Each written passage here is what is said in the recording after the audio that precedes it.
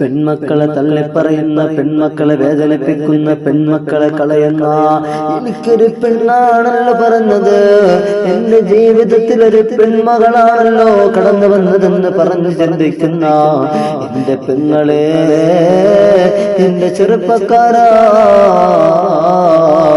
നിങ്ങളോട് ഞാനൊന്ന് പറയട്ടെയോ, വീടിന്റെ ബർക്കത്ത് പെണ്ണാ, വീടിന്റെ ഐശ്വര്യം പെണ്ണാ, വീടിന്റെ എല്ലാ വാതിലിന്റെ അനുഗ്രഹങ്ങളും പെണ്ണാ. അല്ലാഹുവിന്റെ റസൂൽ സല്ലല്ലാഹു അലൈഹി വസല്ലമ തങ്ങള് സഹാബാക്കൾക്ക് പറഞ്ഞു കൊടുത്ത, സഹാബ,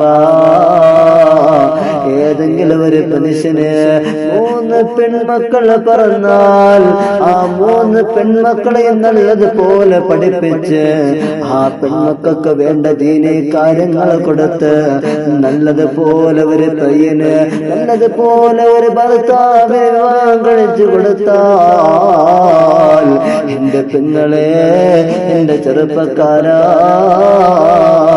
നിങ്ങൾക്ക് 2 പേരേക്കും ഹബീബായ പ്രവാചകനോടൊപ്പം നാളെ സ്വർഗത്തിൽ കടന്നു പോകാമെന്ന് അല്ലാഹുവിന്റെ റസൂൽ സല്ലല്ലാഹു അലൈഹി വസല്ലമ തങ്ങൾ പറയുകയാ.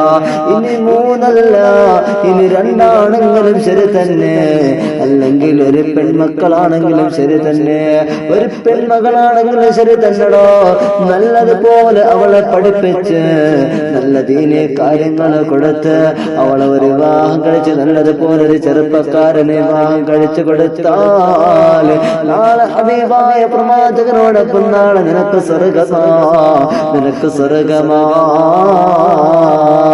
എന്റെ ചെറുപ്പക്കാരാ, എന്റെ പെങ്ങളെ, എന്റെ ശബ്ദം ശ്രമിക്കുന്നവരോട് ഞാനെന്ന് പറയട്ടെയോ, എല്ലാം തന്നവൻ അല്ലാഹുവാ. ഒരു വീട്ടിന്റെ ഐശ്വര്യമാണ് പെണ്ണ്. ആ പെണ്ണിനെ അല്ലാഹു നോക്കുമ്പോഴോ നീ വേദനിക്കണ്ട, എനിക്ക് പെണ്ണാണല്ലോ പറഞ്ഞത്, അവളെ പഠിപ്പിക്കണം, അവൾക്ക് വേണ്ടിയുള്ള കാര്യങ്ങൾ നോക്കണം, എന്നിട്ട് അവൾക്ക് വേണ്ടി നല്ലതെല്ലാ കാര്യങ്ങളും ചെയ്ത് ഒരു ഭർത്താവിന് കെട്ടിച്ചു കൊടുക്കണം. എന്തെല്ലാം ചെലവാണെന്ന് നീ ചിന്തിക്കണ്ടടോ, അതിനെല്ലാം അല്ലാഹു ഒരുക്കി തരുമടോ, അല്ലാഹു ഒരുക്കി തരുമടോ.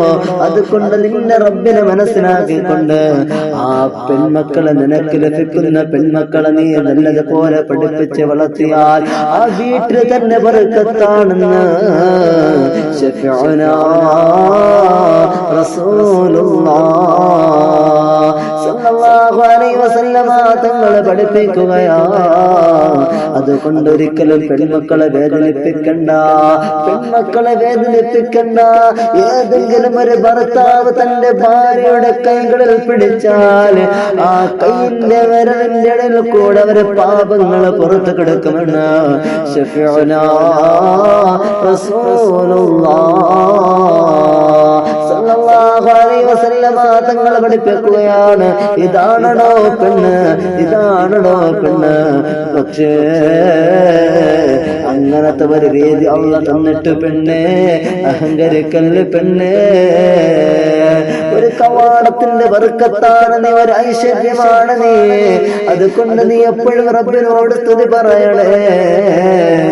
അതുകൊണ്ട് അല്ലാഹു തന്ന ഇത്രത്തോളം മഹത്വം കൊണ്ട് നിന്റെ റബ്ബിനോട് നീ റബ്ബിനോടൊന്ന് കാവലേകണേ. നിന്റെ ദുആക്ക് അല്ലാഹു ഇജാബത്ത് തരുന്നതാണ് പെണ്ണേ.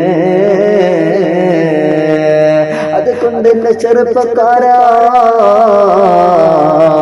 ഉമ്മയുണ്ടല്ലോ, ഭാര്യയുണ്ടല്ലോ, മകളുണ്ടല്ലോ, ഇവരെയൊക്കെ നീ സൂക്ഷിക്കണേ.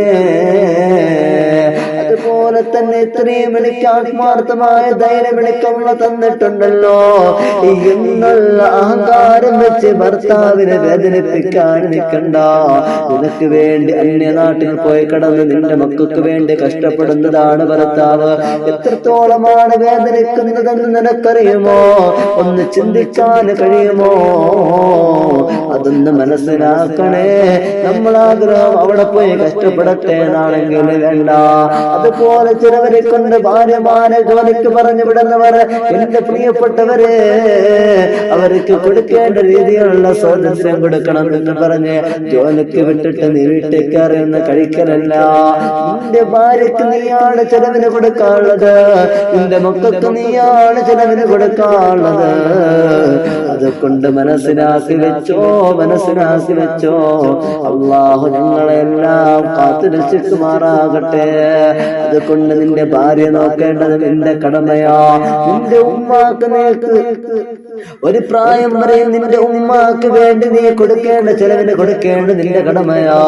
നിന്റെ മക്കൾക്ക് ചെലവിന് കൊടുക്കേണ്ട നിന്റെ കടമയാ. അതുകൊണ്ട് നിന്റെ ഭാര്യയിട്ടല്ല ജോലി ചെയ്യിപ്പിച്ച് നീ ശമ്പളം വാങ്ങിച്ച് കഴിക്കലില്ല.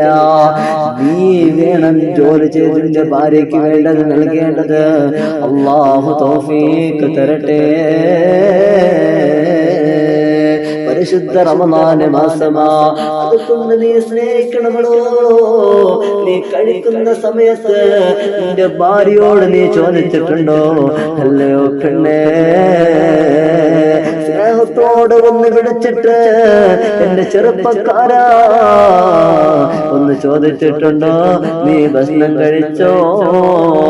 നമുക്ക് വേണ്ടി ആദ്യമായി കാത്തിരിക്കുന്ന നമ്മുടെ മാതാപിതാക്കളാ, നമ്മുടെ ഉമ്മയാണ്. ഒന്ന് രാത്രി വരാതെ താമസിച്ച് കഴിഞ്ഞാൽ നമ്മളെ കാത്തിരിക്കുന്ന നമ്മുടെ ഉമ്മയാ.